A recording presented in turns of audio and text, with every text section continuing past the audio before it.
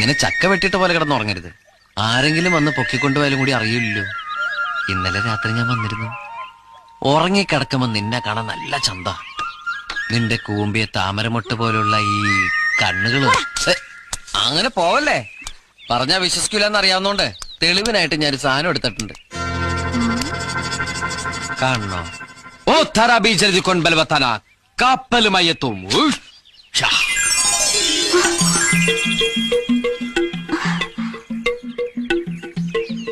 അറിഞ്ഞാണാ മോഷണത്തിന്റെ ഒരു ഹര പറഞ്ഞത് ഇതാദ്യായിട്ട് പാൻപട കാണിക്കണം.